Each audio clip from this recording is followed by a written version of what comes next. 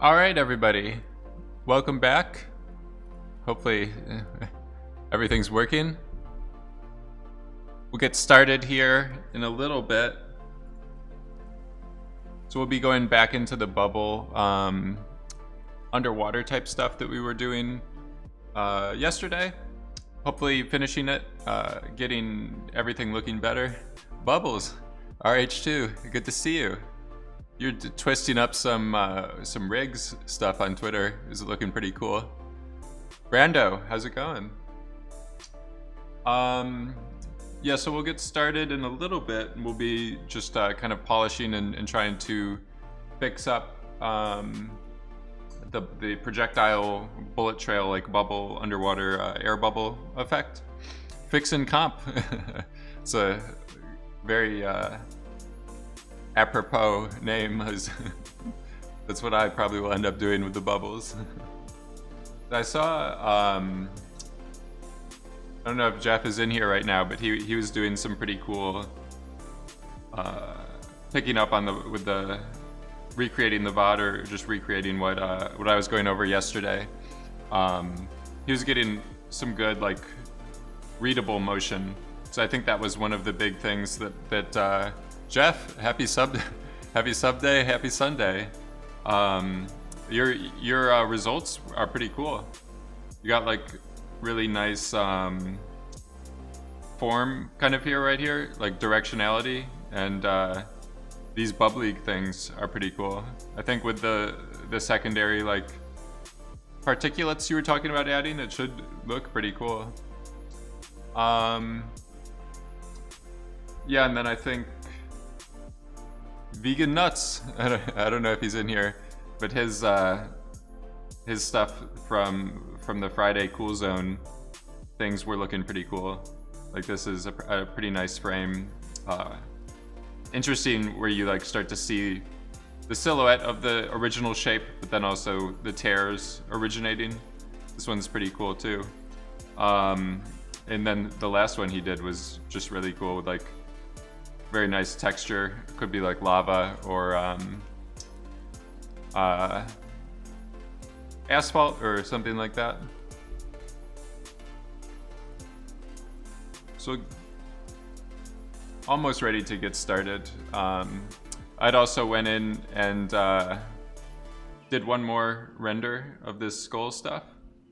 So I was trying to use like lighting here to kind of direct your eye in the middle of the frame, and depth of field and all that, all the tricks, all the bells and whistles. So yeah, that's probably the last one I'll do with that Cool Zone expansion, or I don't know, whatever you want to call it. But this was from 2 weeks ago. When was it? Would have been the 19th. So if you go to that VOD, or you go to the stream archive in the Discord channel, you find the link to the Discord channel on my stream panels underneath this player. And then there's that's basically where I was creating or setting everything up to kind of generate these things. So it's just like VDB union, or like booleaning them together, but using VDB to combine everything, and then kind of relying pretty heavily on the curvature redshift shader node to get like the accents, the silhouette details and grooves kind of looking luxurious and stuff like that.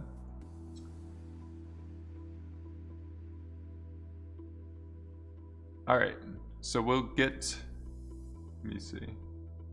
Yeah, so we'll get going with these bubbles. So I'm just gonna go into our streams. This is yesterday. My things are out of order. 27th, we had this version 5. And then I'm just gonna save this in a new folder for today's stream. This is 28th.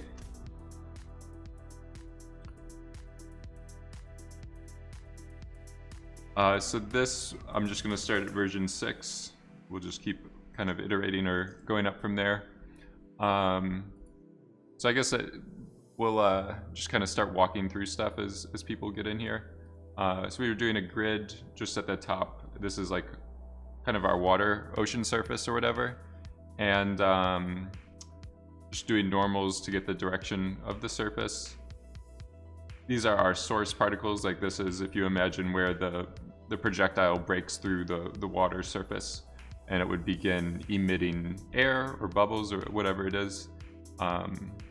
So we're just changing the trajectory of our ballistics, or whatever you want to call it, adding some randomness, and this one adding randomness to p-scale. Sometimes I'll just name these like that, and then this is like a somewhat newer thing that Side Effects did, where you could still see the actual node type. Like once you change the name, it will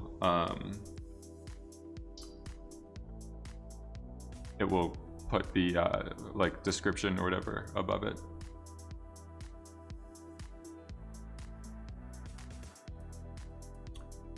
Maybe, I don't know, sometimes I spell stuff wrong. Side Effects needs to add a spell checker to their node tree. Royal Ontario, good to see you.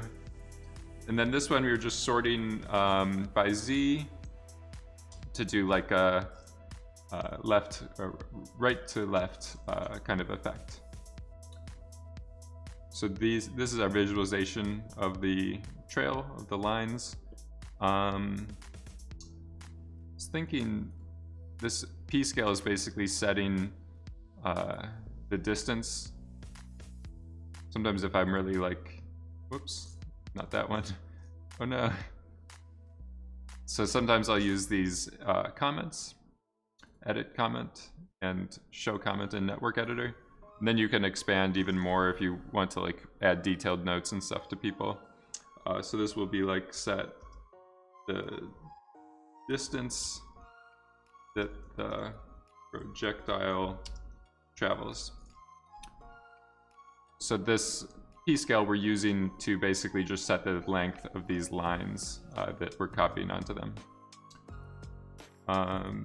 Boom, boom, boom, boom. So we have our projectiles. This one's doing velocity.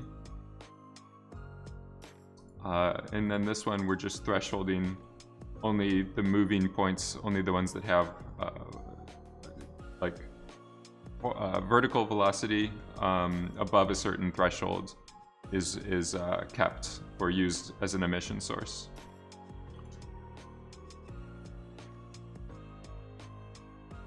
So then we have our source particles. These are used for the pyro or smoke simulation, like a gas simulation.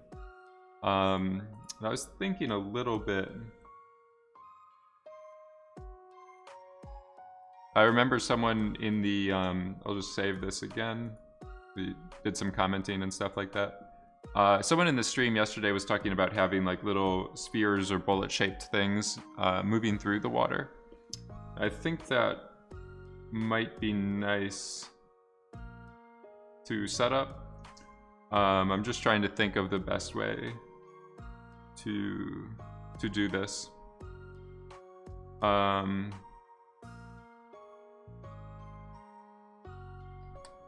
We'll keep going with this for right now. So I think one of the biggest issues was that my source for the pyro was some of these source points were just too small, or we didn't have enough of them, so it just wasn't that readable. Like when the projectile was entering the underwater surface, like it was skipping over things or making gaps in the lines.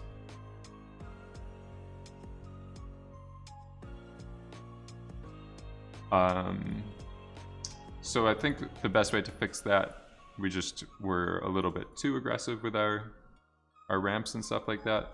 On the pop net, I think we might want to try emitting more things. So now we just have a more solid trails that looks better. With this thing, if we're sourcing, like I'm increasing the amount of emissions, so I could decrease this just so I don't end up with like way too many points. Maybe we want a little bit more. Boom. That might be nicer. So let's try this out with our simulation. Might just do this thing again.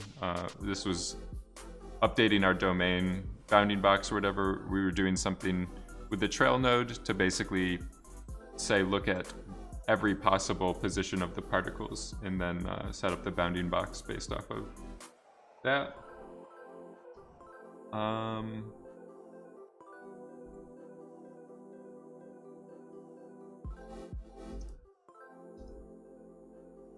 I think we should be ready to try out a simulation, see what happens. Just pin the viewer up here. So we have density being sourced in. This is what we're using to kind of treat it like we're tracking air through the domain. And then temperature is also kind of air, but it's like what's rising. If we were really efficient, like we wouldn't need two fields. They're both kind of doing the same thing here. We could just probably eliminate density, but it doesn't really matter. Then we have the velocity. Maybe this pre-molt, I was getting a little too over the top with it. That's basically just like an additional scale on the source. So let's just see what happens. We were also doing these conversion steps. Like if we want to visualize it as a SDF, which is surfacing the gas, I'll just do a flipbook and see what happens. This will actually show us more of like what the bubble will look like. So instead of it being a fog, it will be shown actually as a kind of a surface. So the VDB SDFs in Houdini, they're just displayed by copying like little grid sprites to the surface that are like facing the surface direction of the. It's like a weird thing because it's like not necessary. It looks like a surface, but it's just made up of little sprites essentially. So I think we might even need to.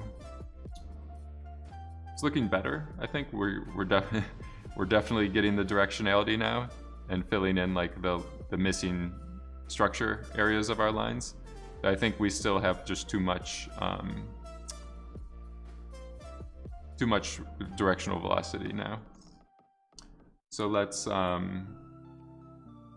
in back to our simulation. We can even go lower here with this. We'll just go back to 1 for the source pre-molt. And then the bandwidth, will reduce that as well.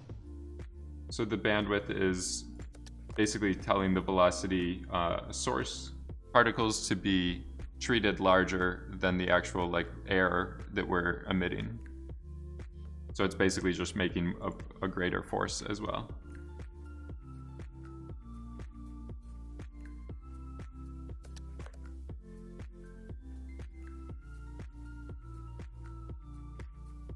So this is starting to feel more natural. We want a really good balance of like inheriting some directionality, but then still upward buoyancy like direction.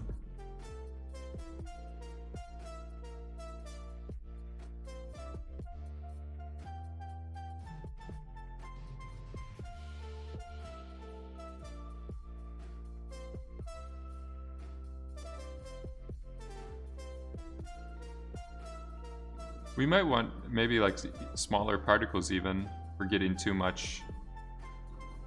Our structures might be too much. That makes sense. I don't know. It's hard to tell because it's like once we do refractive and reflective surfaces and everything, it looks so much different. Let's just go into our PopNet. Maybe we don't need this many, so I'll just kind of do roughly half as much. With this P scale,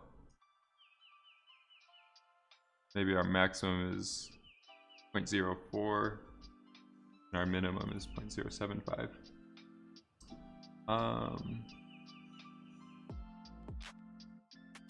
Let's just give that a try.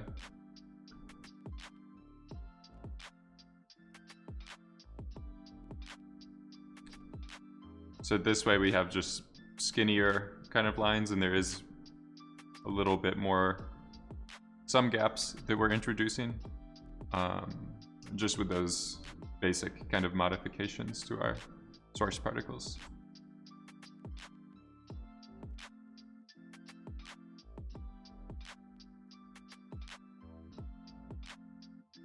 These guys are looking pretty cool. Something bubbling.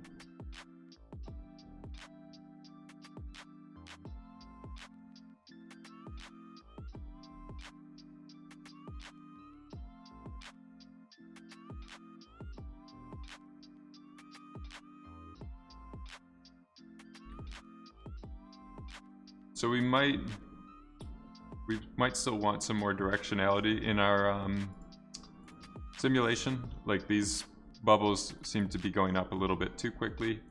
Our buoyancy, I'm just going to reduce that somewhat. We're doing like 5/8 or some weird fraction, close to half.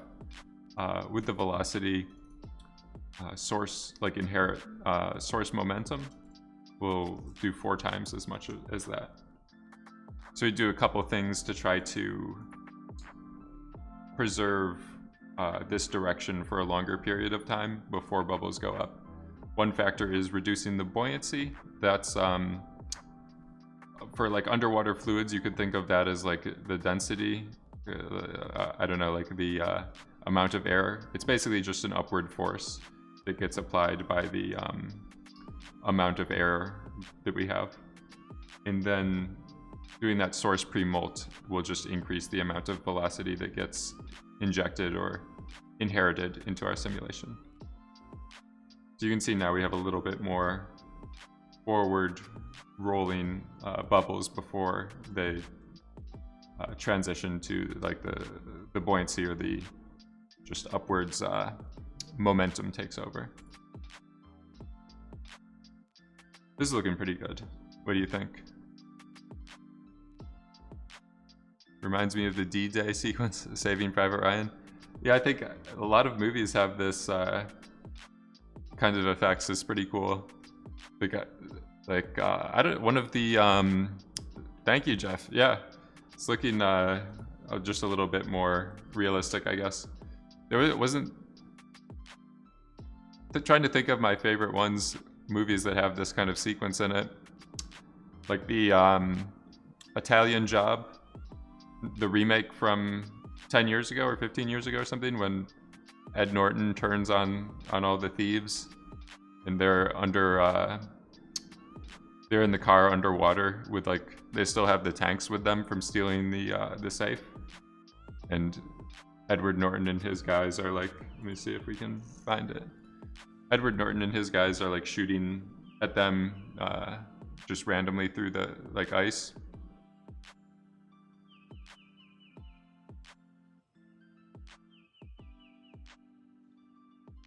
I don't know what to search for it. What would it be?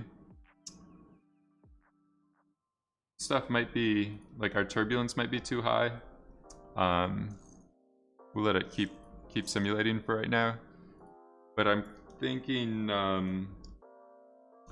like our turbulence is too high and the pulse length might be too short. Like everything's just kind of injecting everywhere, and like it kind of just inflates stuff a little bit too much in like an unnatural way. We want a little bit just to break up the bubble shapes, but not too much that the turbulence is like taking over.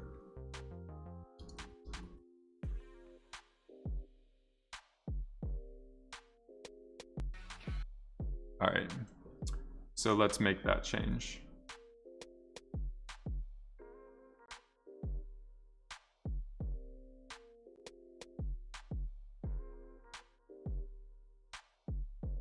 All right, so we'll go back in here with this turbulence. Like all of our other forces we were reducing, so the turbulence was still like kind of out of whack because we didn't touch that yet. And then this pulse length, if I make this longer, that will slow down the evolution or the updates of the noise.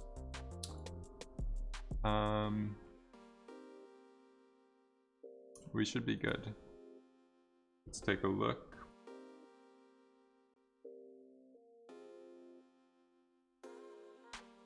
So I think this is the Italian Job sequence that I was thinking about. You guys saw the movie? I thought it was pretty good. I don't know. It's not a, it's not a, doesn't do anything too out of the box or interesting, but just as like a heist movie, it's pretty good. So this guy comes in, robs them, turns on his friends. They realize what's happening and drive off of the dam. Boom, boom, boom, boom, boom. There's some of them there, kind of. Pow, pow, pow, pow.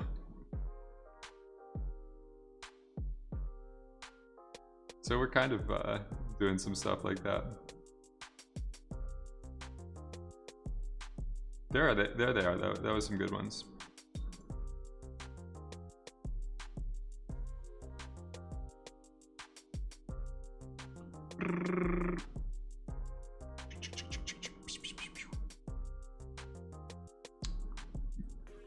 You need to watch it, especially those water bubble effects.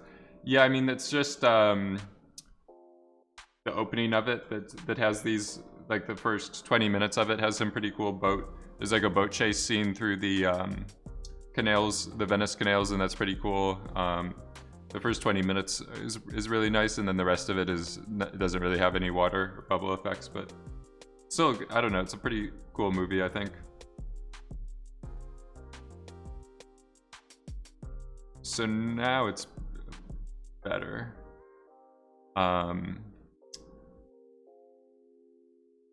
Like the turbulence isn't really breaking up these forms, it's just kind of adding detail to them. So that's what we want with a good balance of that, where it's not taking over, it's just kind of doing its own thing, but not too prominent. So I think we might be good to run a simulation. Was reducing this. Let's see what we're at with our voxel size. This is pretty high. This is a pretty good resolution. Let's just work at that resolution.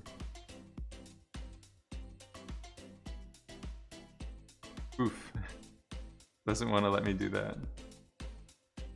So we're just gonna do our old trick that we were doing yesterday. Let's open another Houdini. The feds. I feel like side effects must be aware of that issue with the save to disk in background not allowing you to do it. Seems like I've seen other people on the forums and stuff kind of complaining about it. We'll just set this one to manual. I don't want the simulation and stuff like that to cook as soon as I open it, because we're caching. We should start seeing some frames here. Looks like we're getting I don't know, like 10 seconds a frame or something, 10 seconds per simulation frame. Sometimes I just look at the file size or the last mod, like the file creation timestamp. Just as like a simple way to debug things. Yeah, so we got 10 frames done per minute. It's quicker than, I don't know, this might be like six seconds a frame or something.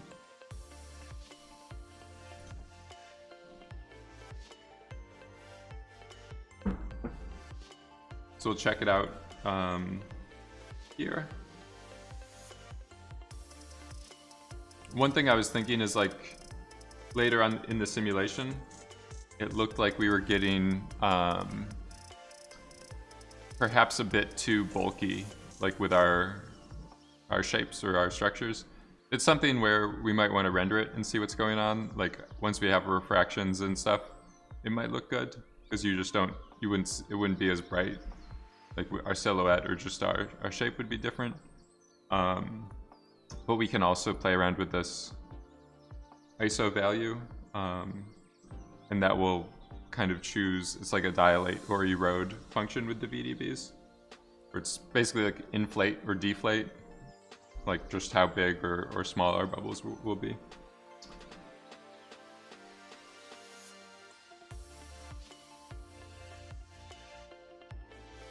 What up?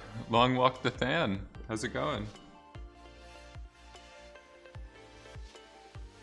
So we're just starting, made some quick tweaks at the start of this stream. We're running a new simulation and saving out a new velocity field and a new density field, and then trying to get a little bit better, kind of have more directionality with our bubbles. It was filling in some of the gaps or like spaces that we were getting. Yesterday the render we couldn't even make out that there were several trails, like one thing was just getting all the bubbles. So I made more source particles and kind of solidified those streams. So then the pyro simulation would inherit or be able to create more air, essentially. So let's see, we're at frame 32, rolling right along. So I'm just trying to get later into the cache where they start to look like too thick. We could also, like, smoothing these operations also have an effect of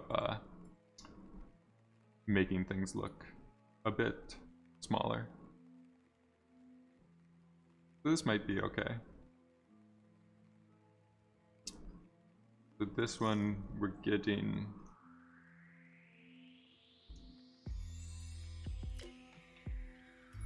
this is basically sampling our velocity field with the surfaced simulation, and then this one we were clamping velocity by its speed or magnitude, because with Redshift you're getting some like spikes, or just like when you're sourcing particles, you're sometimes shoving like a lot of velocity in a certain direction, and then that will just show up in the end result velocity field, even if it doesn't really show up in the motion. Let's just try to clean up some of this stuff a little bit more. So this is merge main bubbles with secondary particles. This is our nice kind of bubblefy OTL. And we were doing like a distortion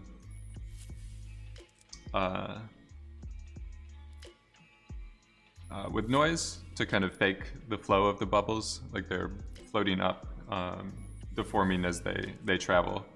So doing this negate or inverting the point position to have like noise flowing, kind of things are moving in the opposite directions, if that makes sense. It kind of looks like it just adds like nice extra turbulence that kind of rolls across the surface. Then we were playing around. We had two different methods that we were doing to add secondary bubbles.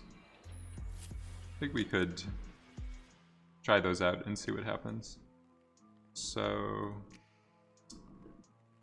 the other thing that I ended up doing towards the end of yesterday's stream was like resampling the velocity field to be a lower resolution, and that seemed to help quite a bit, like doing these secondary simulations.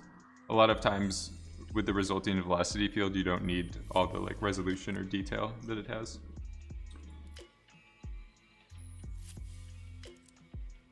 So with these secondary ones, I think we want just gonna reduce the minimum density and just make more of them.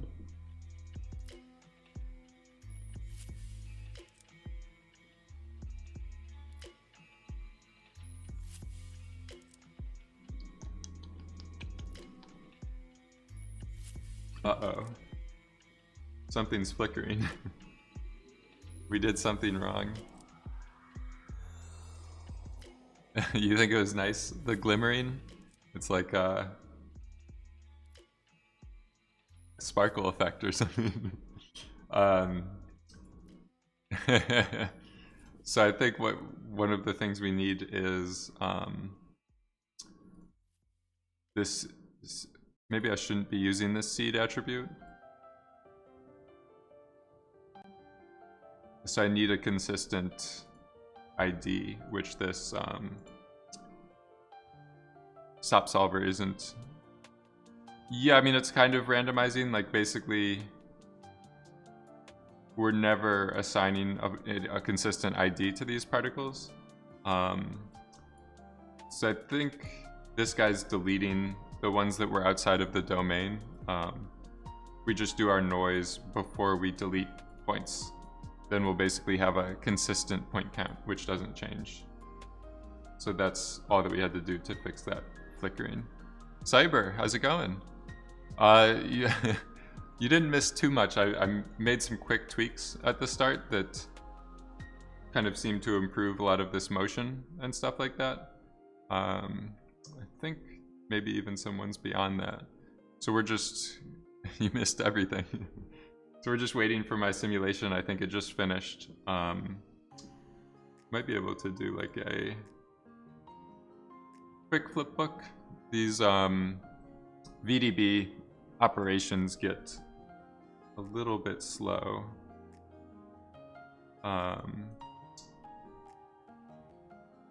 So we might not want to. This is where you were stuck with today. Yeah, this stuff here gets a little complex, but it's super good like knowledge to be able to do secondary simulations to like augment your original results, or just add, instead of trying to get all of the things you want with one simulation, like layering and doing secondary details and stuff is a really good skill to have. I don't know why this, like an OCD thing of get these things lined up. All right, so we have these internal kind of particles and our main simulation. We might try a render and just see where we're at.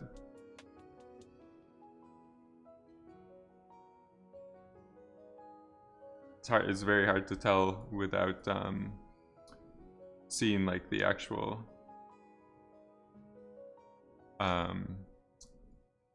transparency and refraction and reflections and stuff like that. So save this. Doesn't work. So this one finished, discard it. This one is ready, we'll start it, and just keep doing like a marathon handoff. These Houdini sessions just keep passing the baton from one to the next one. It's not a very good way to work. It's pretty sloppy and prone to mistakes and stuff like that. You have to be careful because it's like you might be modifying an old session, or it's a little scary to work this way, but we'll just make do until side effects fixes that issue.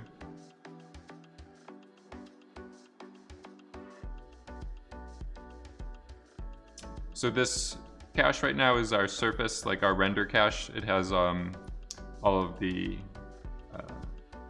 just polygons and bubble, like surfaced gas simulation. I think I just need to cancel that. We should be able to see some of these results. And then we can try a render and see what happens.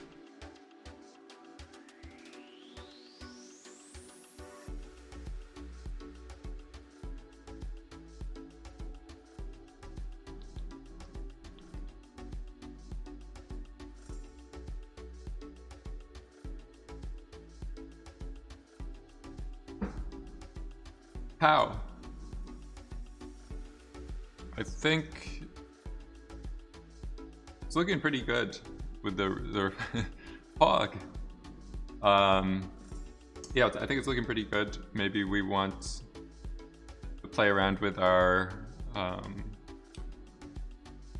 little gradient cards and stuff like that.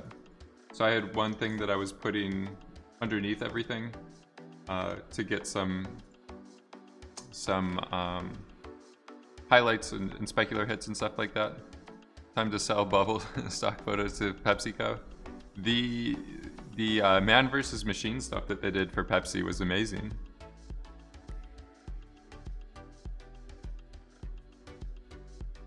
So I'm just gonna change this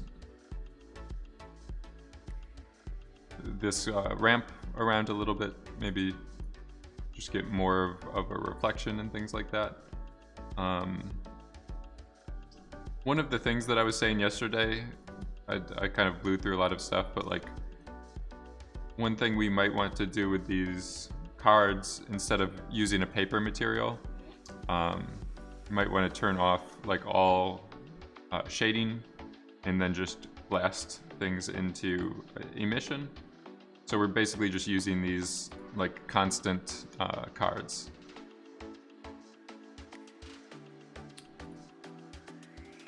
Because we don't really want to like light these 2 times, I guess. I don't know, it's up to you, whatever you think. We basically just want to use them to kind of paint in like reflections or highlights or stuff like that onto our bubbles. Yeah, it's all about the cards. They, especially with like bubbles, I don't know, it's weird. 90% of it is just lighting, the way that you actually see them, like how they look and everything.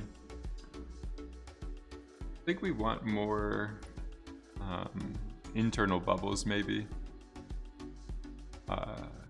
I don't know, it's nice to have a lot of extra stuff happening inside, but like super small maybe. The other thing I'm gonna check is just to make sure we have enough reflection and refraction. Just because like if you have a lot of bubbles inside of things, you want to make sure your max trace depth is high enough to catch them all. Sometimes you don't, like it will slow things down, but if our main effect here is bubbles, we might want it to be pretty high. Let's see, to frame 38 of our cache. Let's try rendering another frame, see what it looks like.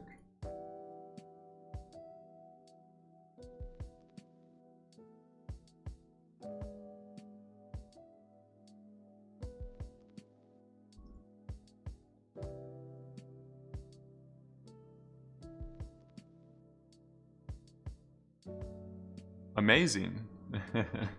Amazing. I don't know, it might be a little too noisy or too much. Like maybe our turbulence is too high and we're inflating things. Maybe we just have too much air. We could also just work with our lights and kind of change things to, if I make my light smaller, then we just see through more of them, kind of, without like hitting or reflecting onto a surface. Maybe this grid, make it a little farther away. So that was like what was causing the bottom to be a little too hot or burned out. Well, maybe I'm just moving this up and down to change the exposure. Like it's kind of like another light source almost. You could even try like making it really big. We see a bunch of other highlights. Super small. Oof. So that's with it like halfway through, cutting through the simulation a little bit too much. I think it's nice just to have, I don't know, a little bit, like if we're playing it like it was from that movie, there wouldn't really be too much stuff on the bottom. What I was doing yesterday with it was like a product photography type thing where you just want to make the bubbles look as beautiful as possible. This is looking pretty good, I think.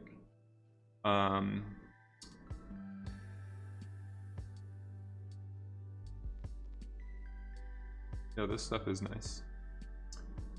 Let's see what we're up to. Frame 50 for our surface cache.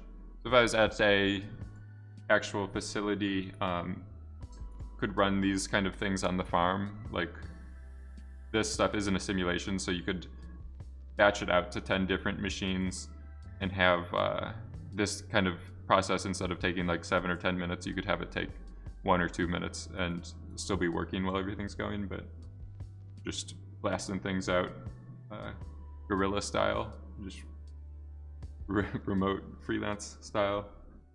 But yeah, I think these structures and stuff are looking pretty good. We might want to do maybe more smoothing, like that would reduce some of the noisiness, like, and simplify some of the specular highlights.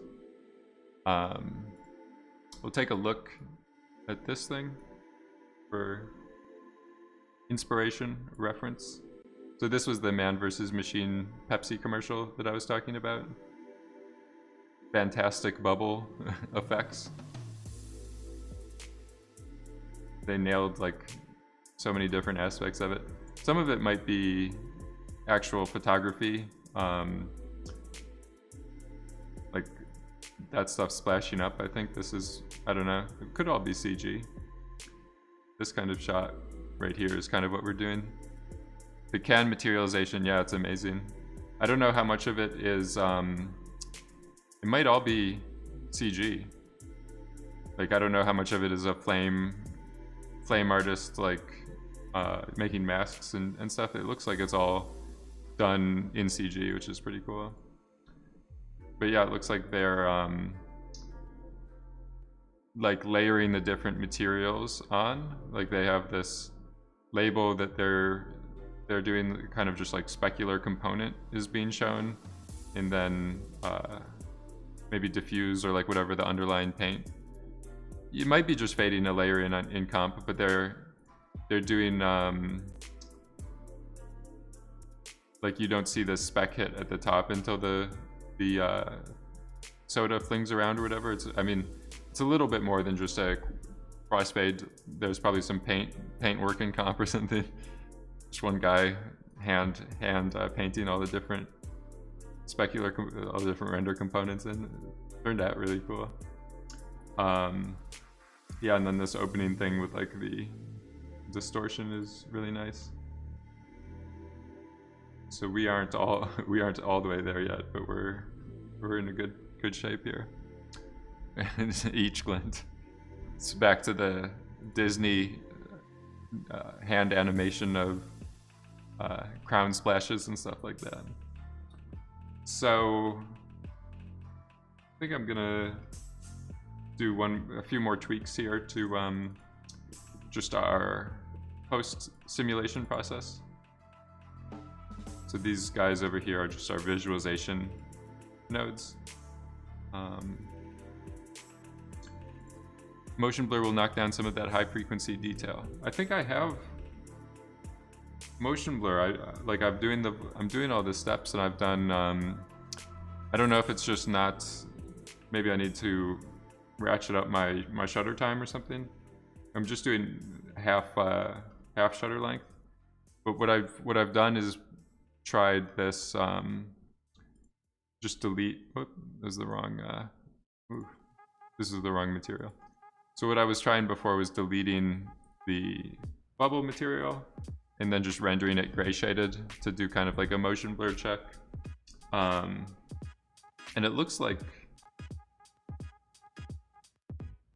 it's hard to tell, but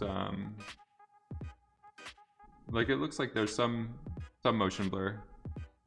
I don't know, it might just be misleading with my motion or something. I don't know. Maybe my velocities aren't working that well. I don't know how this got in my scene. So yeah, we'll put the shader back on. And so what I was thinking is this, we'll go earlier into our simulation, the smooth operation. We do some more iterations that just reduces those like high frequency kind of chattering or noise.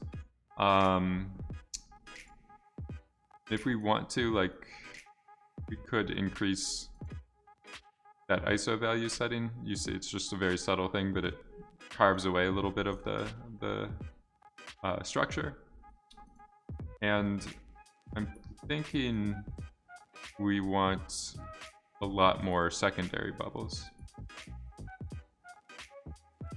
Let's visualize this properly. And then let's just make sure that we're not losing too many of them.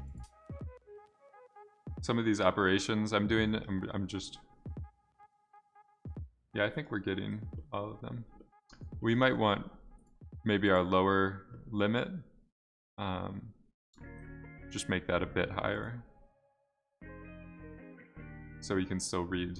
Like, I feel like they're just reading a lot smaller once we actually start rendering things. It's just a weird thing with like glass fluid surfaces is gray shaded. It just always looks bigger than it will in the render. Creativik, I'm a total noob. Pardon me if this sounds dumb. Isn't it better to add motion blur in post because it saves a lot of render times? So I'm doing Redshift. It's a GPU renderer, so you could get away with like doing depth of field, motion blur, like all the bells and whistles almost in comp.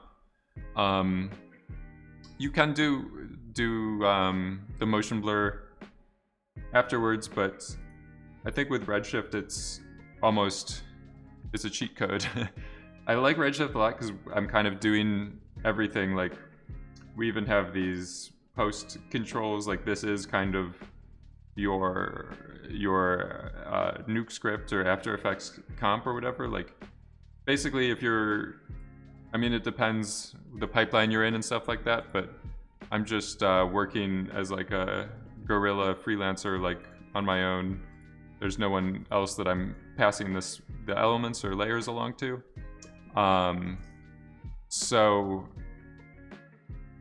I'm just trying to like see the end result as quickly as possible. So I'm kind of just trying to do motion blur, like even post effects, and then my render that could be done, like the final step almost. If it was like there were other renders happening, like characters going through the water, and it was a bigger process, you might want to do the motion blur in comp so the compositor can like just get everything looking the same and all that. But for what I'm doing is just a little quick and dirty, so I'm just trying to like get it looking photoreal in the render before moving forward and everything. So this scene finished. I'm gonna discard it. We'll just save this, and yeah, hopefully it makes sense. I don't know, I'm probably it worked.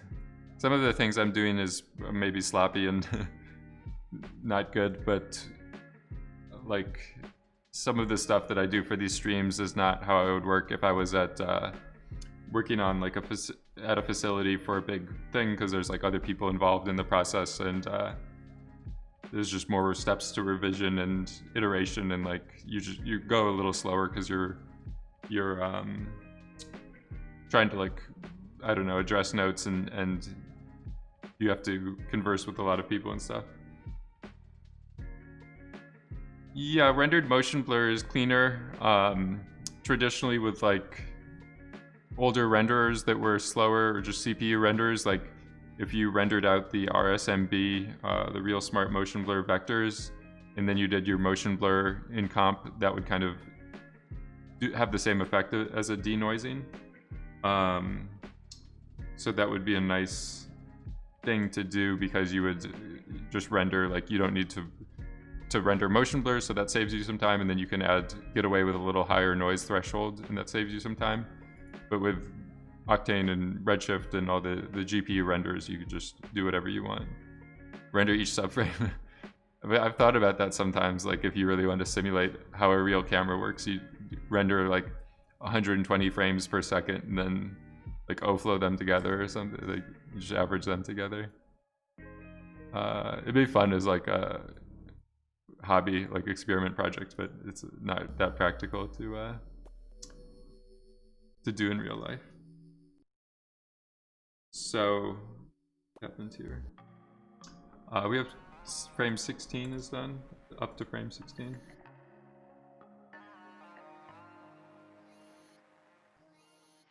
Something seemed a little slow. We'll see what happens. We'll try another render. I added a ton of extra bubbles, like internal secondary bubbles, and then I kind of eroded or did some additional smoothing and stuff like that to refine the shape and structure of these bubble surfaces.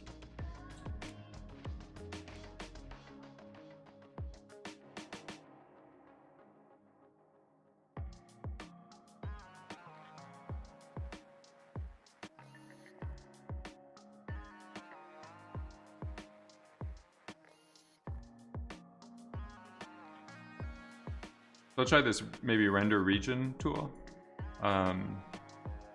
just to like see what's going on, how many little bubbles and stuff like that I'm getting.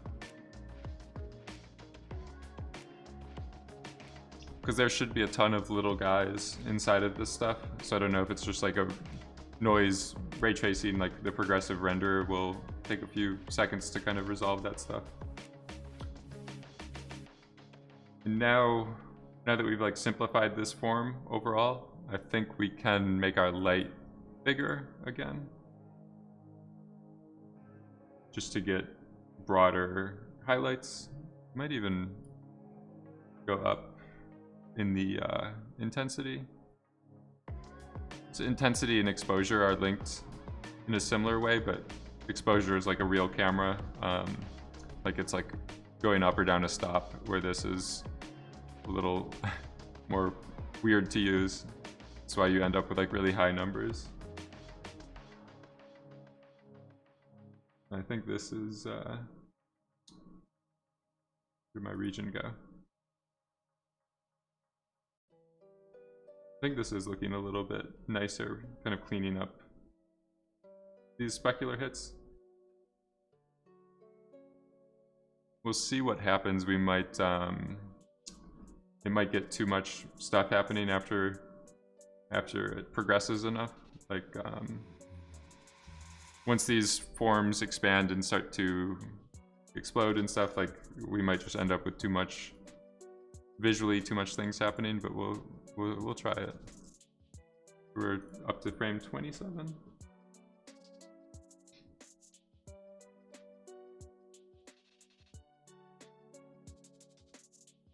Stuff might just be a ton of geometry. I'm rendering too much. You're running on a Quadro RTX or Titan with 48 gigabytes of RAM. It's a Quadro RTX 8000, I think. But because I'm doing my Pyro simulations, like everything I'm using OpenCL for, I decided it was.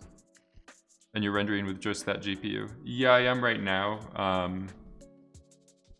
So we could even just do the constant updating one. So I have this Quadro RTX 8000 I'm rendering with and doing all the simulations with and stuff. And then this GeForce GTX, I turn it off when I'm like I disable it in Redshift when I'm streaming. So it's basically just running my display in OBS and all that stuff. Karma will be GPU most likely. I think they still are working on adding support for Karma. I think they've definitely said that it's something that they've planned, but it's not anything that they have given a timeline or actual release date or anything for.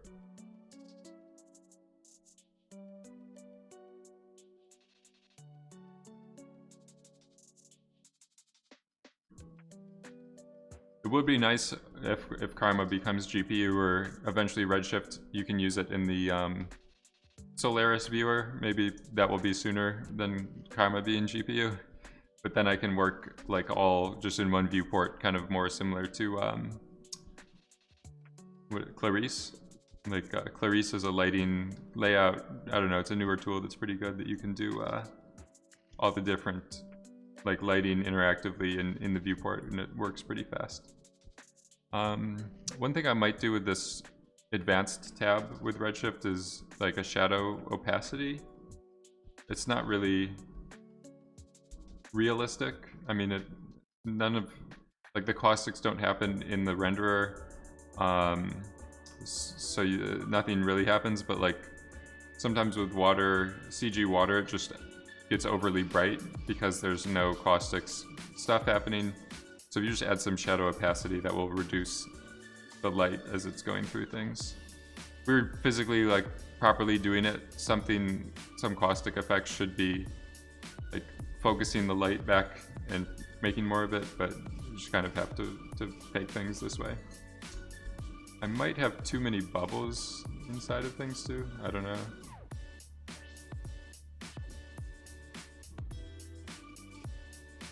It's hard to tell.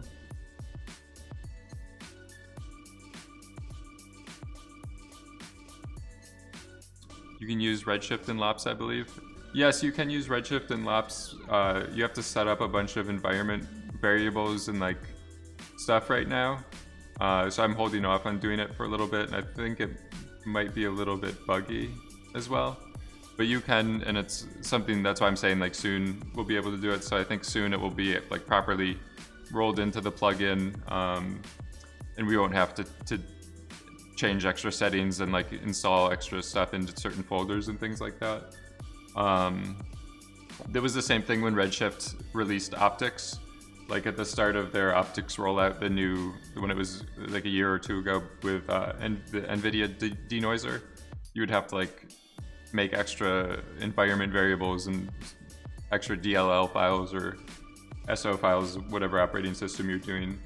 And then after a few versions, all that went away, like after they refined their implementation or whatever.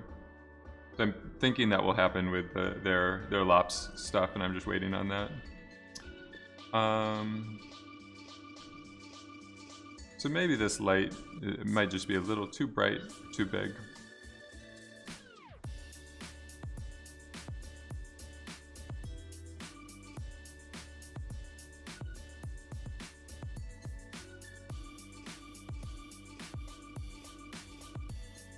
Let's see how many frames we've cached.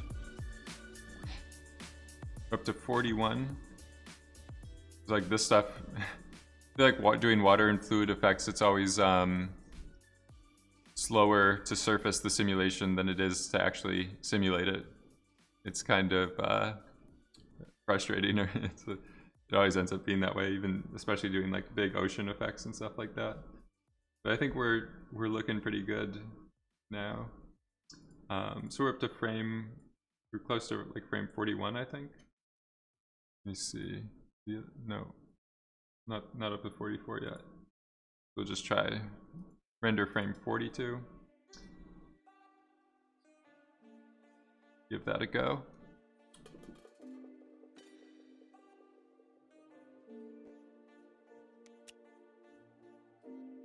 I also found this Pepsi dev R&D that this guy posted from Man vs. Machine. So this is like behind the scenes. It's pretty cool to find this kind of stuff because you get more of an insight into like how the simulations were performed, I guess. All the unused stuff. It's lucky sometimes some facilities don't keep track of it as much, and they don't ever let you post it. But I think it's like actually good marketing or branding material to post it. So it looks like they were mixing some different software for simulation. Like at the start, this looks like it might be a grain simulation or maybe even packed RBD to get those initial bubbles that we saw in the first shot. Somewhere in here, it looks like they were doing RealFlow. Like you would tell that this is the RealFlow UI and particle color and stuff like that. So RealFlow has some special like daemons, or you see the sheeter here, like it has its own little utilities and stuff like that, that for small scale fluids you can get really nice results with it. But it looks like they were kind of mix and matching a bunch of different approaches and stuff like that. The Twitch channel is the only good thing that's happened in 2020. That's good to hear.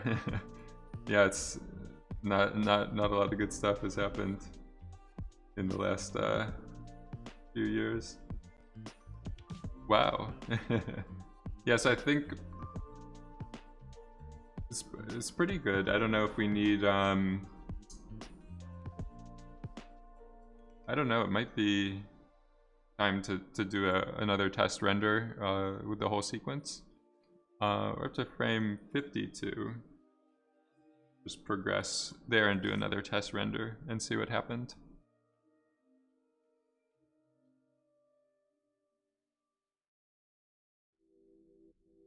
Any of you guys are planning to do the Houdini lie? Hooli? I think they've been updating the challenge and stuff like that for it, right? Ooh, it's not this one. Abort, abort. Just tried to type in Hulai. There it is.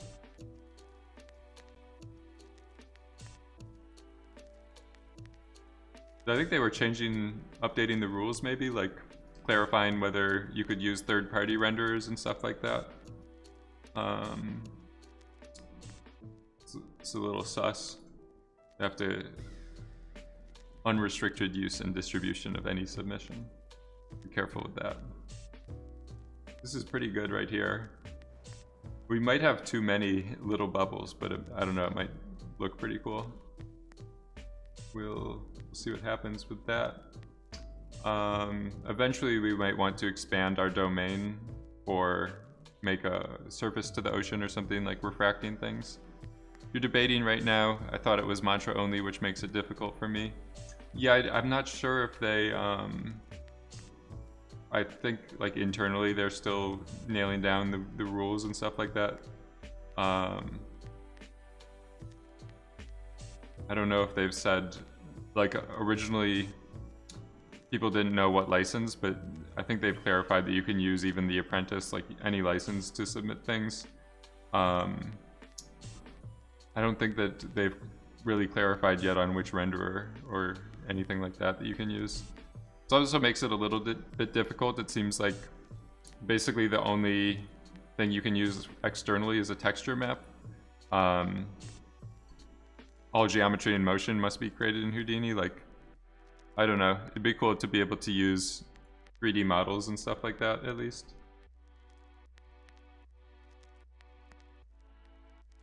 But I know what they just want to showcase Houdini with all of it, so they can at the end say like all this stuff 100% made in Houdini. Up to frame 72. Artwork created for these challenges must be created using Houdini products. Yeah, I don't know. It's tough to. There's a lot of room for interpretation, I think, with that rule. I don't know. You do after the submissions show up in Toronto with your team of like 8 lawyers and be like, no, we followed the rules. So we might do a test render here. Just save this again. Go into our out network. I already have this HQ node hooked up and everything. I think I can set it all the way up to 72. And let me see what's going on here. Yes, I think I can just submit it. I don't know if we might want to have some higher, I don't know, just some quick tweaks to the noise thresholds. I think we're good. Submit this thing to the farm.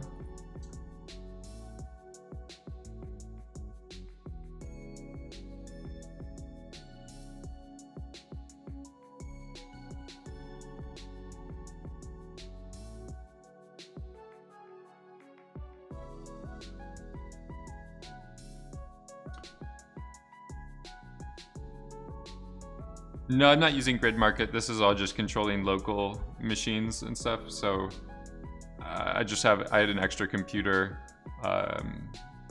laying around, so it's just two nodes that I have locally.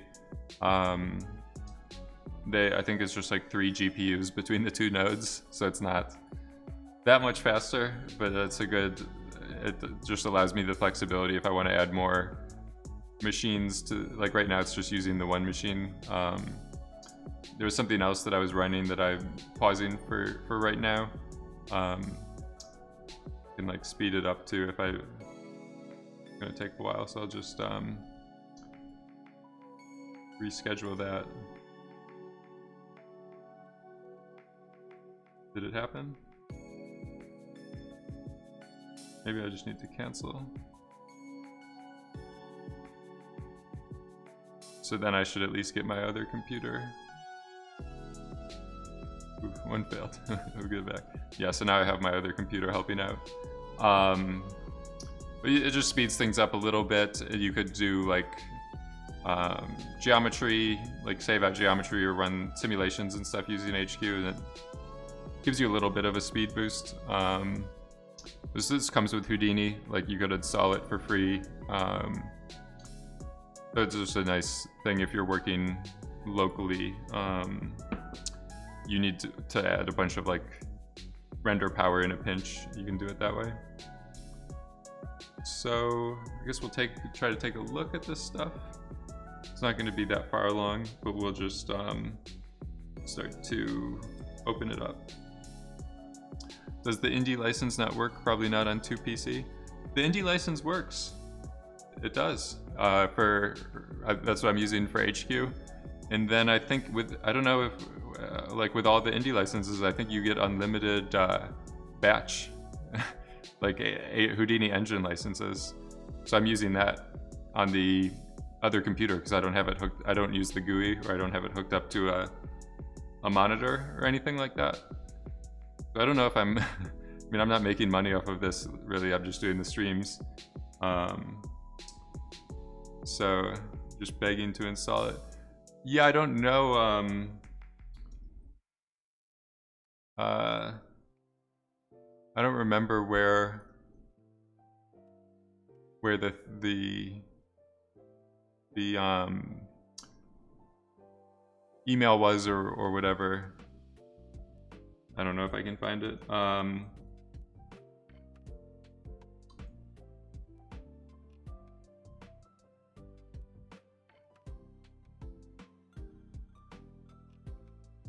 But yeah, we'll just try to open up the stuff. This is the 28th render.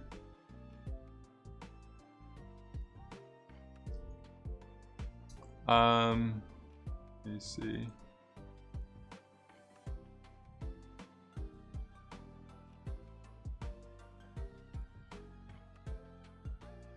Let me just take a look at this. Let me see if this, get it out before it, I don't want it to show my email. I did the wrong one. I think we're good. But yeah, so basically with this, I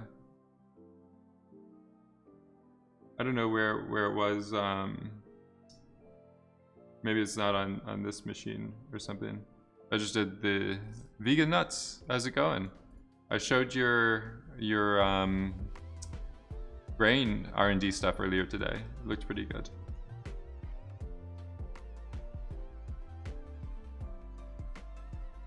So this is just the first few frames. Vegan nuts.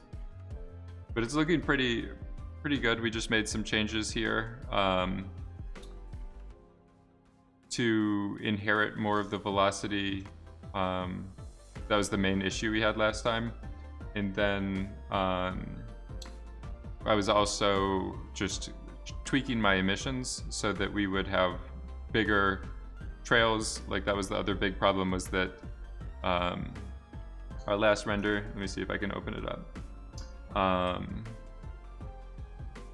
This is the 27th. I think I messed that one up, so it just went in that directory.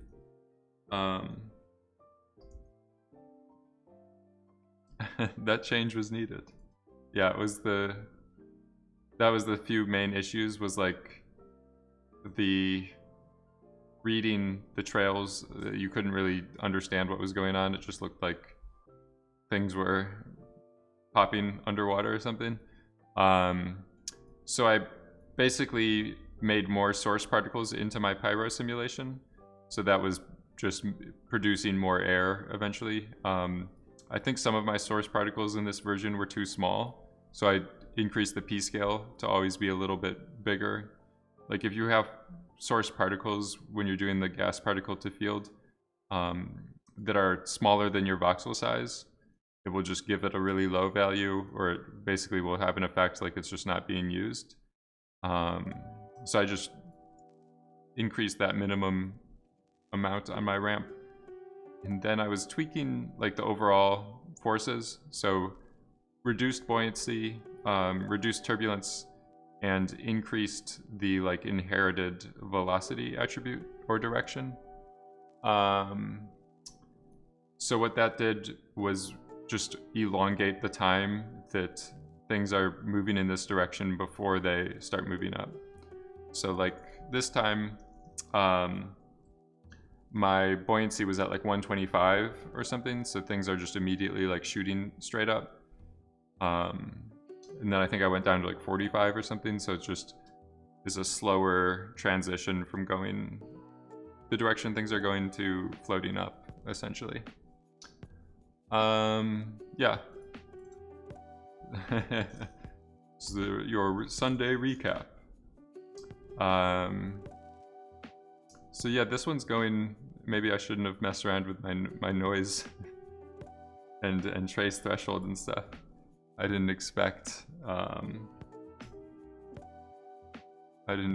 this. For these renders to be taking as long as they are. We might need to make some tweaks and change the job around. So I'll just go back down here to a lower number, higher adaptivity, and change our threshold for right now, and just save that and cancel this job.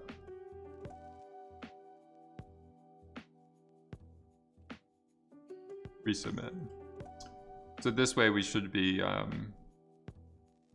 maybe moving more quickly. I don't know, hopefully we'll get to like 10 seconds or 20 seconds a frame. Need more GPUs. So what was the other movie you were talking about, like Saving Private Ryan? The underwater bullets.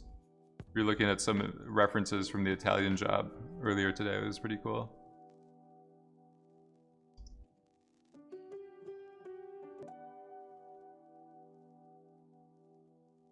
I don't know if this stuff, maybe it's the Omaha Beach scene.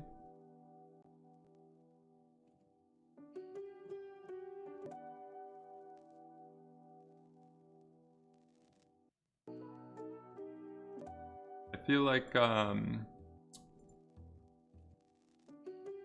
might have been some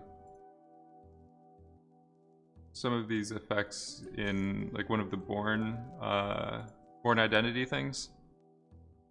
But I don't remember. But let's take a look at looks like we're going a lot faster this time. Yeah, so instead of like 1 or 2 minutes, we got our render times down to 29 seconds. So we'll hopefully things didn't get too, yeah, so it looks like we're still pretty good. So there's some noise, I think, in chattering and stuff like that. So that's the difference between the two qualities. But I think for the stream and stuff right now, it's okay. We'll be able to evaluate just motion and stuff like that with lower quality settings.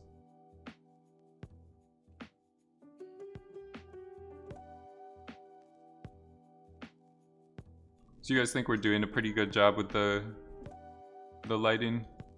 You could do a bunch of different looks right now with things. I just have this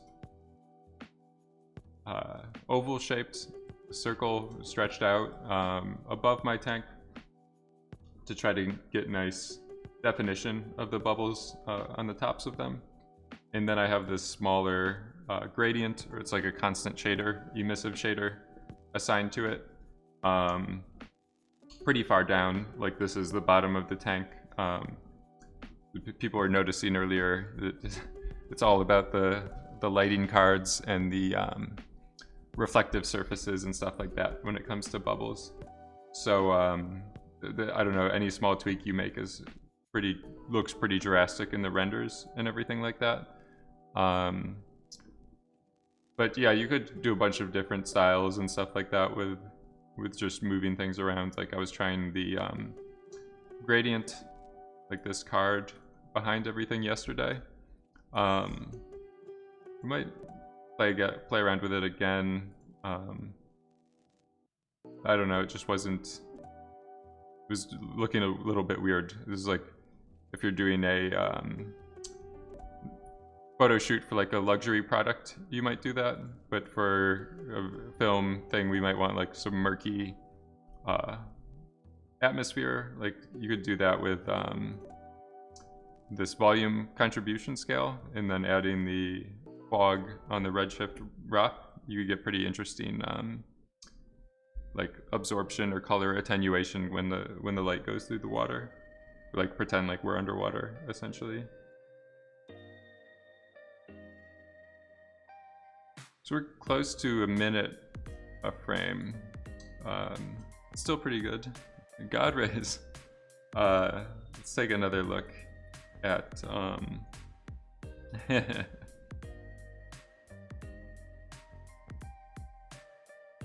it's pretty good. It's a lot better than it was at the end of yesterday. So it's nice to see these spiky forms. I feel like that's one of the big things we were missing, was like the gaps in everything was making it impossible to tell what was going on.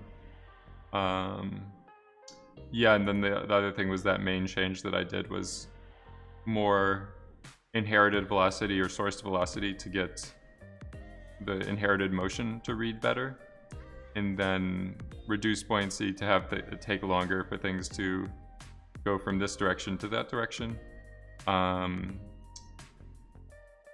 tweaking the turbulence. Need some sploosh effects. Yeah, so I don't know what we would need to do with the top here. Ideally you would see like some maybe waves and then ripples like as things go through all that stuff. I'm not sure how much RV is. I think it comes with like Autodesk subscription things. Like if you do I don't know, the different tiers and stuff like that. There's also that James Bond film where there's like an underwater battle. One of the newer ones, or one of the old, I haven't seen the newer James Bond ones that much. Mr. Viewer is free and pretty close to the same. I'll have to try Mr. Viewer. I was trying some other ones. It's definitely something that is essential to working with visual effects as a good viewer. One of the older ones, I don't know, it might be like maybe Moonraker. I don't remember, but I do remember them being in the I think there's one where they have to like scuba tank. They're in the Caribbean or something. They need to get like snorkel underwater through to get into the villain's lair.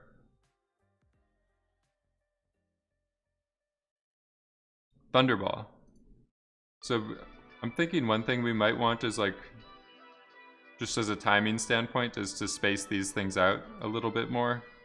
When I was setting them up, I was thinking like a machine gun, like there isn't that long of a lag between the things, but like compositionally, I think it's more interesting to give your eye more time to detect them and stuff like that. Aquaman. I didn't see Aquaman. That was the new one with the guy from Entourage. Let's see. Thunderball. I think I got it.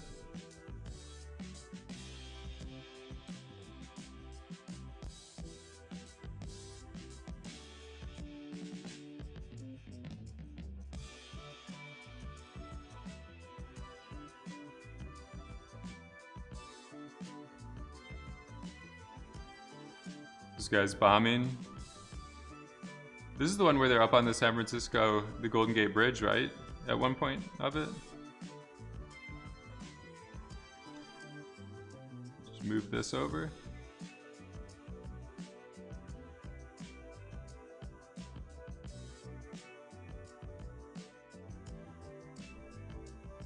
So those things are pretty cool. We're close to it. Some slow moving. It's got like jellyfish. Bloop.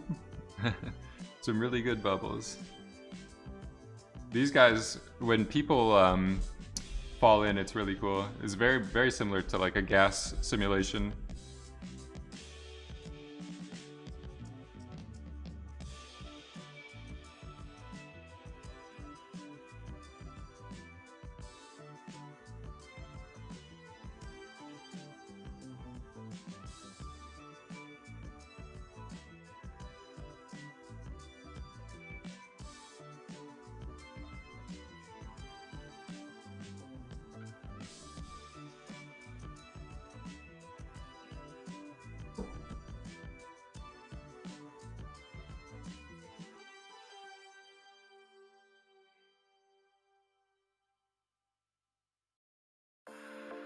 We're kind of close. It's not the exact same. Maybe we'll see. Those ones are from like projectiles and stuff. They're like little tranquilizer darts or blow dart guns or something. Surface tension pulls everything into little spheres. Yeah, I'm not doing any surface tension types of effects. I'm kind of hacking or skipping that kind of force. But that would be a good thing to have. But you can kind of recreate it using some pretty advanced like micro solvers and stuff like that. Or if the other option is like switching over to the flip solver. They have yeah, it's pretty close. So I think like what I was saying with the hacks, when I'm adding the secondary smaller bubbles, those are always really close to spheres. So we're kind of like faking surface tension, because like surface tension, once the bubbles get big enough, surface tension stops applying to it. Like the smaller your fluid is, the more surface tension shapes it, I guess. So that's why I'm kind of saying that we're hacking it. So Houdini has the air incompressibility on the flip solver. Just get too much stuff going on here. So you could use it to kind of make gaps and stuff like that with the you just delete particles, and then it will know to treat that like air and do that. Every time I've used it, it's always been a little too hard to control. Like, it's pretty messy, and then the surfacing stage just takes a lot longer, because you're like surfacing a ton of particles, deleting like the areas of the simulation that you don't want, and then like smoothing it and rendering it and stuff. So it's a few more steps. But if you're doing an effect like bubbles in a beaker and you want stuff like splashing around, it's pretty good. But for this kind of stuff, I think Flip might be a little difficult to work with, because we would need like a ton of particles, and it would just be a lot. You could get pretty good results, but it might be slow to work on and everything. But doing effects, I don't know, with the streams, I'm not doing it, but sometimes I'll just try out like 3 different solvers and see how well they work. The first approach you try won't always be the most efficient or best suited for the task. Yeah, the flip with lower density inside is a good one as well.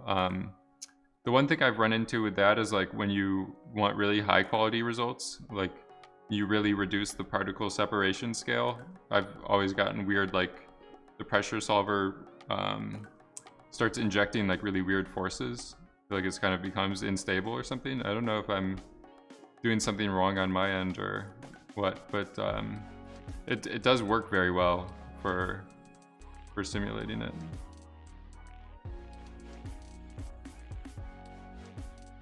So I think when I added like so many smaller bubbles, it slowed Redshift down quite a bit. Like you'd see that there's a ton of little, I don't know why they didn't show up there.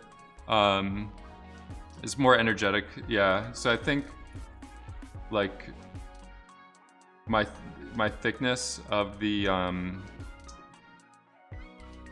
of these source volume might still be too much, like too inflated. That also might be like what's kind of racking up the render times and stuff. So that might be a good idea to try to fix that. But I think we can fix it just kind of working with the cache and everything like that. So like this here makes things look very forceful and like a lot of air essentially going in. If I increase the fog ISO value, we'll kind of just have the effect of like deflating or eroding things. You could even go quite high with it, and then it kind of looks more elegant, I guess, and less less forceful or impactful. The other thing you might do is like with this source, the underwater particles, it was just getting to be a little bit too much.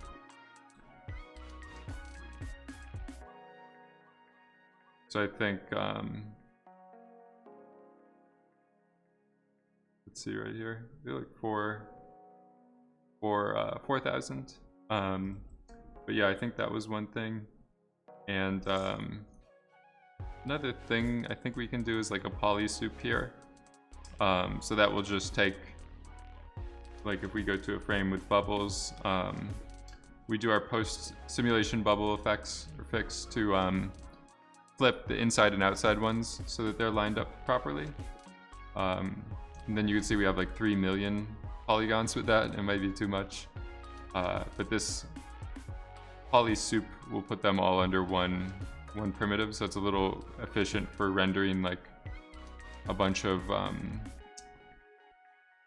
fluid surfaces essentially. So you see here we have like 357 megabytes and then 134 megabytes. So that probably was something I should have done earlier. I think we can speed things up as well with these spheres if we just reduce the frequency. Like this is how many triangles they're made out of, or how many faces they're made out of. So now we're a little bit more reasonable. We lose like maybe some detail or specular hits. It's just something for efficiency. So with those two changes, just doing those simple things, it should look kind of more closer to the James Bond stuff, or a little less impactful. Maybe we want to do this as like version 2, just to have the two caches around or play around with them. We'll make another version here. Doesn't work. We'll just save this out, and this cache might actually be quicker because we did those other kind of optimizations and stuff like that. So let that cache. So take a look back at our reference. Take a look at our render. Yeah, so I think my settings were a bit high, and like it just looks like it's inflating too much, or it's too forceful.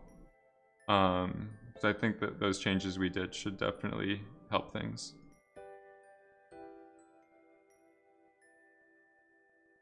I think when those guys were shooting the spears is the coolest part.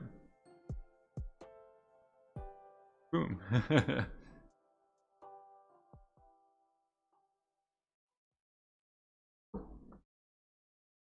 Super cavitation.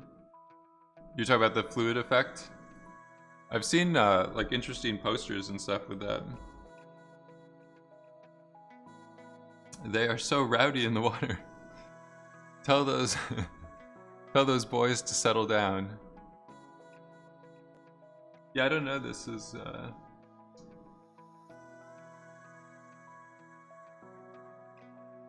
here it is. Uh-oh. What's gonna happen? Oh no. I got I got spammed. Let me try to open it up this way. There it is. So yeah, this is the super cavitation. This is, I don't know, like you could find some really interesting fluid dynamics experiments and things, but it's very hard to recreate them, I've found, because it's like the solvers don't usually give you the similar results that if you create stuff like, even if you were to match this reference, like it would always kind of just look procedural or fake. But it's cool to see, there's a better one I've seen, I don't remember. Yeah, I don't know.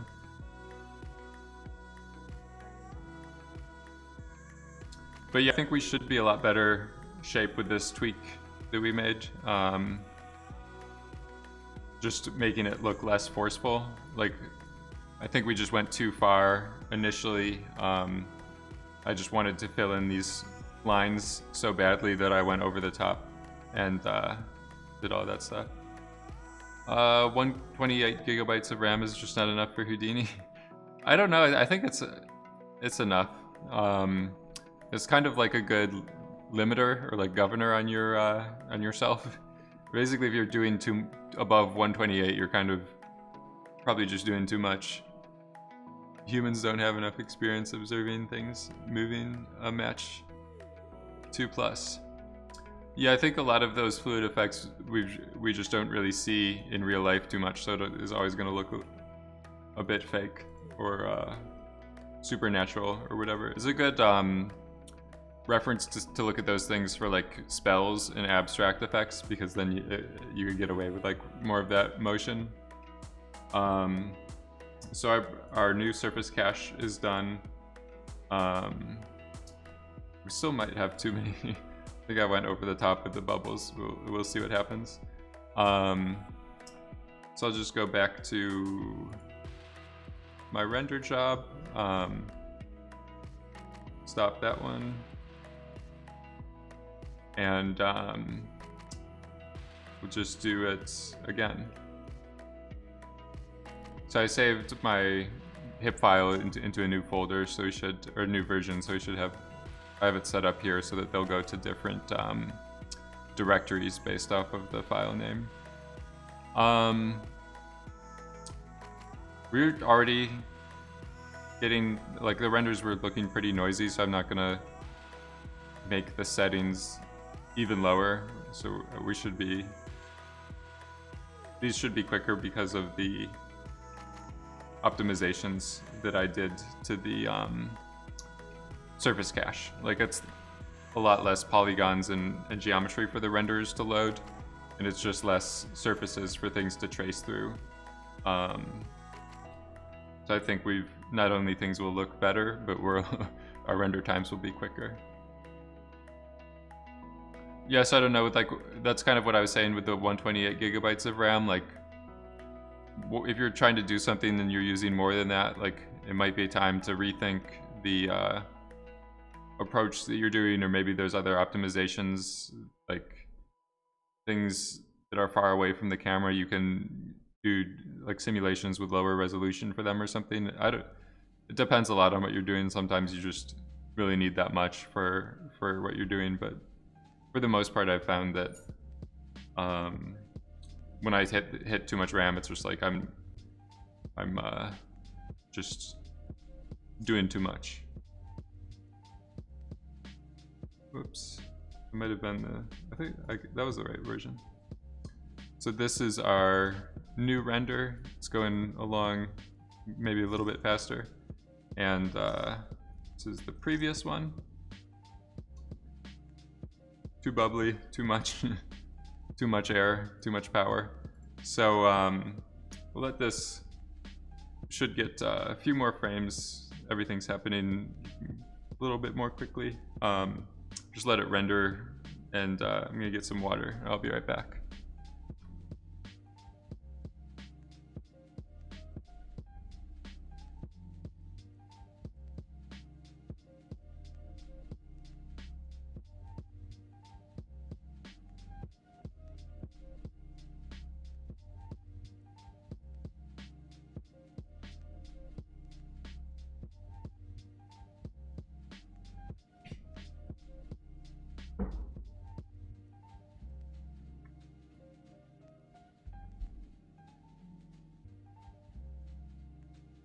All right, let's take a look. Whoops, just too many of them. The wrong one. Yes, I think this is a little bit. So if we wanted, if things are feeling still too forceful, we might want to reduce that source velocity scale that I was doing into the Pyro simulation. But I think, yeah, it's a bit, just this one here, I think is a bit, making things seem a bit forceful. But we could just say this is like a high-powered rifle. Someone has a Gatling gun or something that they're bringing to the beach. It's like that one gun in Counter-Strike where it has like the belt like of bullets sticking out of it. I feel like it's a difficult balance to basically preserve enough of these lines that you read the overall like structure or direction, but then not to have too much that we get this situation where things just keep growing or expanding. But we'll see. I think this render is still looking pretty promising. We're just making a few quick tweaks. We did like call it two iterations or something today. So basically, is what I'm saying is like set things up so you can visualize the end result as quickly as possible. Like it's easy doing this kind of stuff to get caught up in the in-between stages. Like, let me try changing the fluid surface node and then do a flipbook of it, evaluate it. It doesn't look good, so let's do it again. And then you go to render it and you're like, whoa, the reflective surfaces, I didn't expect it to look so different. So whenever I'm working, I'll usually try to set up my Houdini scene so I'm like doing all the steps up to render, and then I'll start iterating and making changes and stuff, so I'm not wasting time like getting lost in the sauce or whatever, making changes that it's like fiddling or whatever. So some of these stuff is a bit just too powerful, I think, still with the too much velocity that we're injecting into things. I think it's looking better with the surface erosion or whatever, like changing that fog isosurface parameter to reduce the amount of bubbles that we see.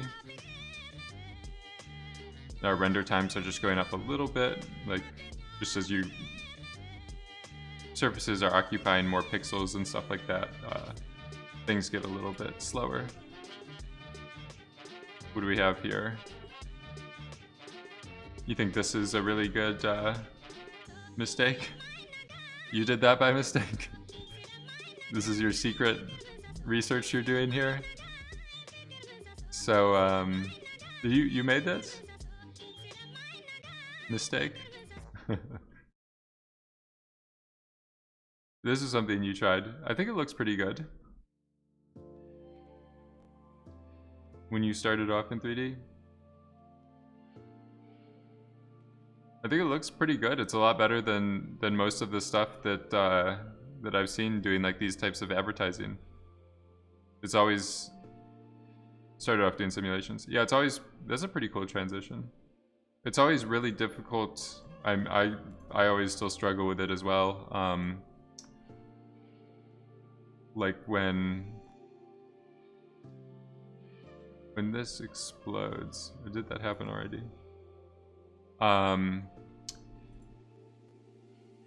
With this like sheeting and surface tension and stuff like that, it's always really difficult to make like very elegant. That's one of the things I was saying with lighting, like the size of your lights, just to make this very readable and clean.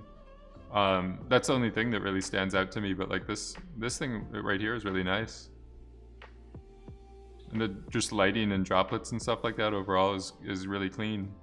Usually people get a lot of stuff like I have here with like the chattering and the noise and like stepping and all that stuff. sizzling and popping. The wrong kind of popping that you want to see with bubbles. But yeah, I don't know, this overall density and so I think just that one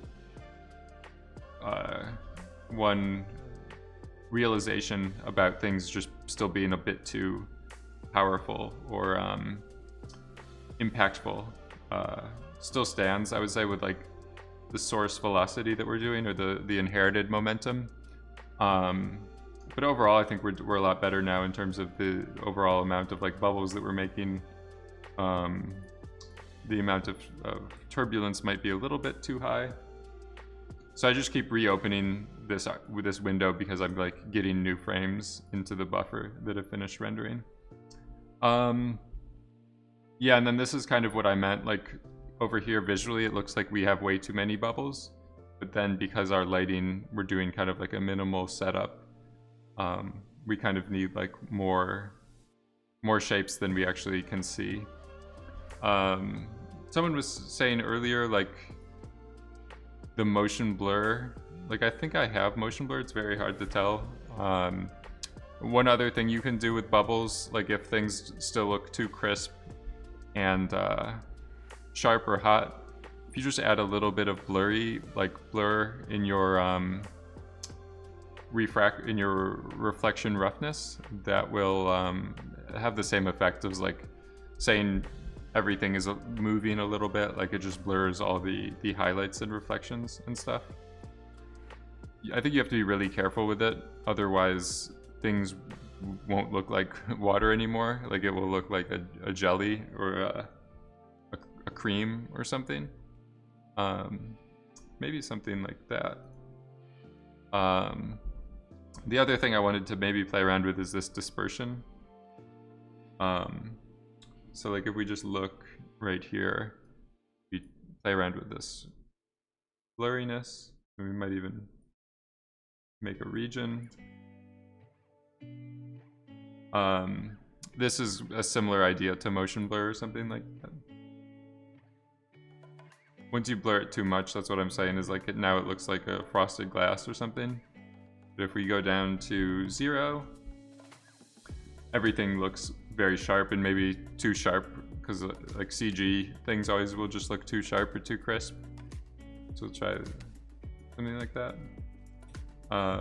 Maybe we'll do our frame capture, frame preview. So we'll do 0.075 and just 0. My things went away. There it is.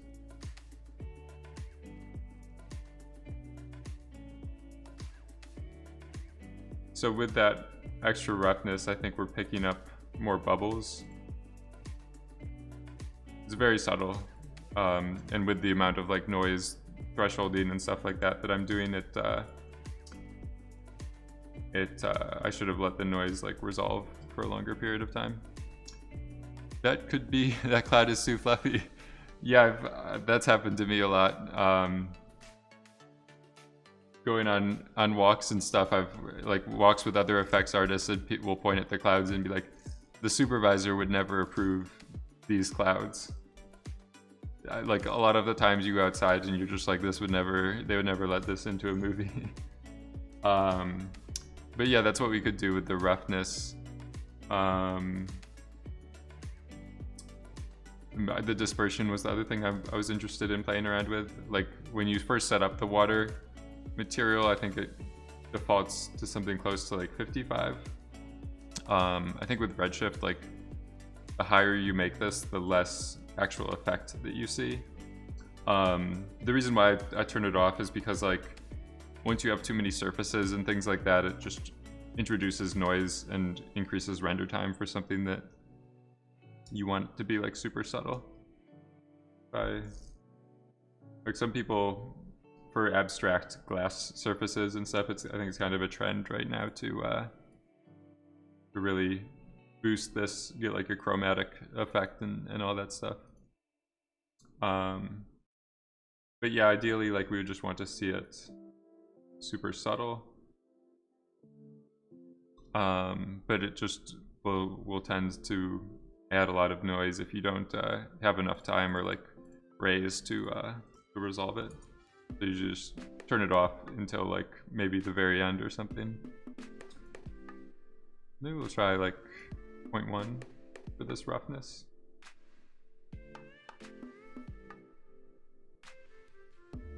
But that's I think the other probably thing that should help like generally fix some of the sizzling or chattering or stuff like that. With this roughness at 0, if one of the little bubbles catches a specular hit, one frame you'll see it, and then the next frame it, just because it's almost the size of a pixel, you might not. But with the roughness, it just kind of smooths everything out and like blurs the reflections a little bit to simulate or get close to like a motion blur. Maybe like 0.05. Take another look.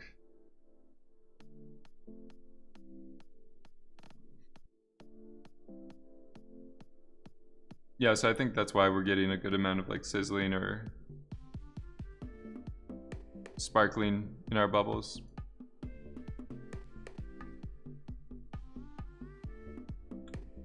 The turbulence might still be a little bit too high.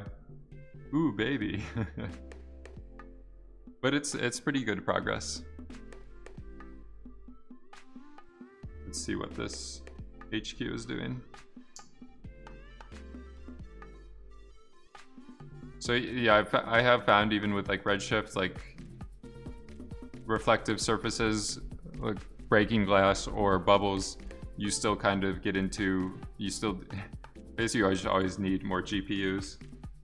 So you'll never have enough. The Brownian motion gets me every time. Yes, I think like my turbulence is a bit too high.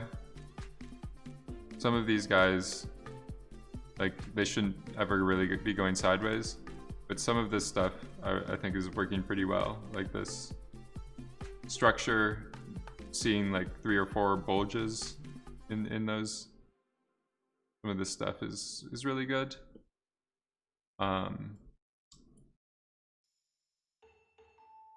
Really nice things in certain areas. But it's, I don't know, it's still not 100% perfect. Like doing that blurring.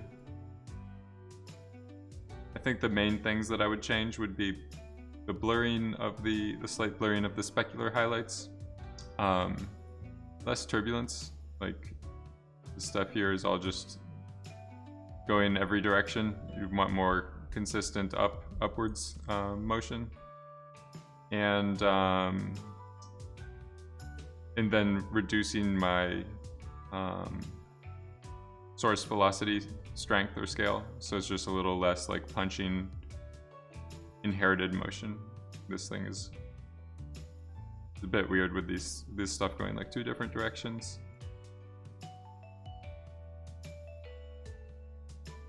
But yeah, probably gonna end it soon. It was getting out of hand yesterday with the 4-hour power session, but I think we made good progress today.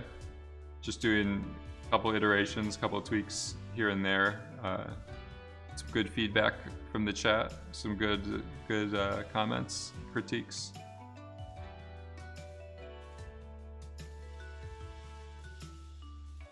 Yeah, so I don't know, it's still rendering pretty slow.